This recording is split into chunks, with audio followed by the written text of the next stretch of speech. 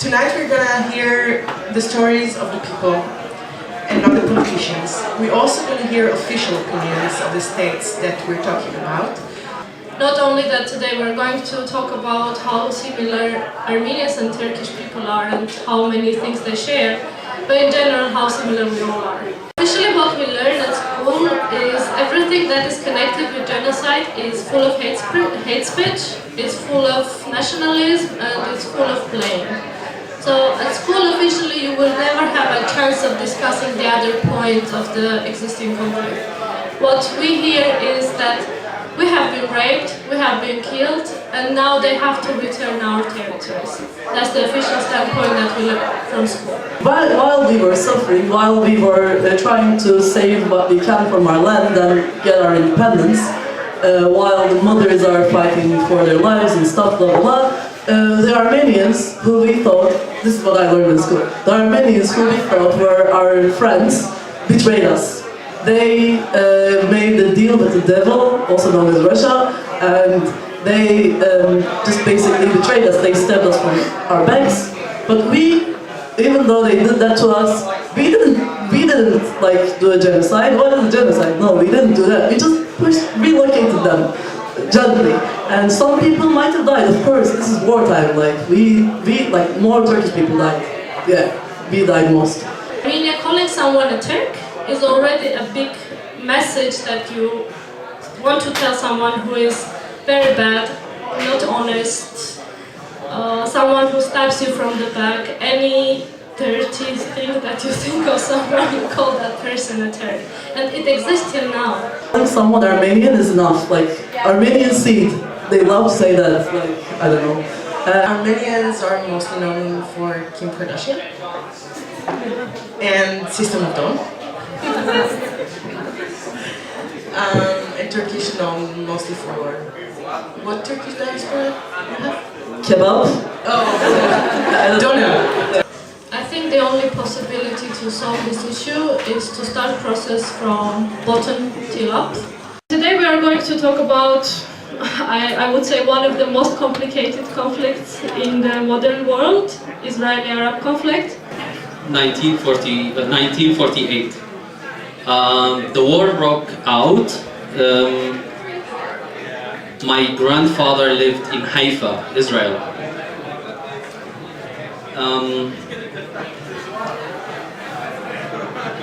He owned big chunks of land, and when the war started, he and my grandmother decided, you know, we will lock the doors, we'll come back. My grandfather says, and he remembers the moment when my grandmother took the key and she put it in her small wallet. They locked the door, they remembered that, and they expected to come back within a few hours. They never did. They were internally displaced to Jenin, and they always dreamt of going back. These are not real stories. These are stories we chose to present each person of another side. In Syria, we're not like maybe Lebanon or Palestine, because we don't have direct contact with Israel. There is a common thought among activists in Syria since the Syrian civil war broke out 5 years ago, and this common thought is it lasted so long only because Israel wanted it to last so long. I think most Arab states or governments used the narrative of Israel to, well, used fear of Israel to actually justify actions in their domestic issues. In Syria they used it a lot. They didn't use it directly, and I'm confident to say they didn't care actually what the people think. They tried to induce this factor of fear within the community. However, they didn't measure it and they didn't care if people actually were afraid of it. To at least find out something, talk about something, try to find a solution, because both of them having a hidden agenda, even the Palestinian being corruption. but I'm a little bit skeptical. I think that the countries in the region each country is occupied with its own problems. If we're talking about Syria with the civil war, if we're talking about Lebanon that I think still doesn't have government, like for more than a year, or yeah, more than that. And obviously Israel has inner problems as well. So Palestinians, I think that's more complicated, and I think that we should just remember that we're all humans.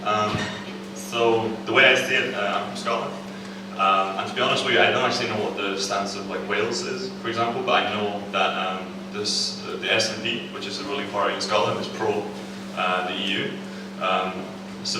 Has been for a long time. David Cameron in Westminster and the Conservative Party are also pro-EU.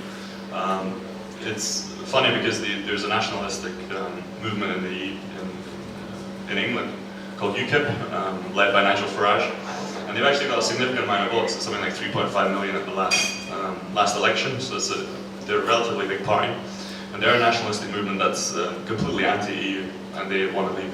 We have a big nationalistic movement nowadays since we have the big refugee problem. This is growing.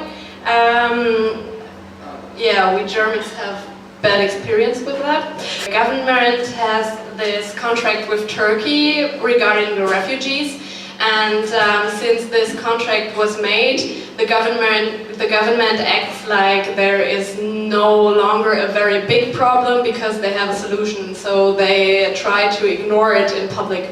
Well, I think it's definitely going to be the breakdown of Schengen.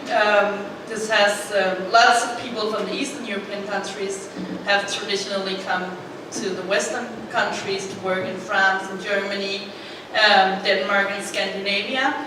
And this whole debate about people coming actually to work in these countries, and the whole discussion about, oh, they're stealing all our benefits, that is what this is about, that people are afraid that they're losing their benefits.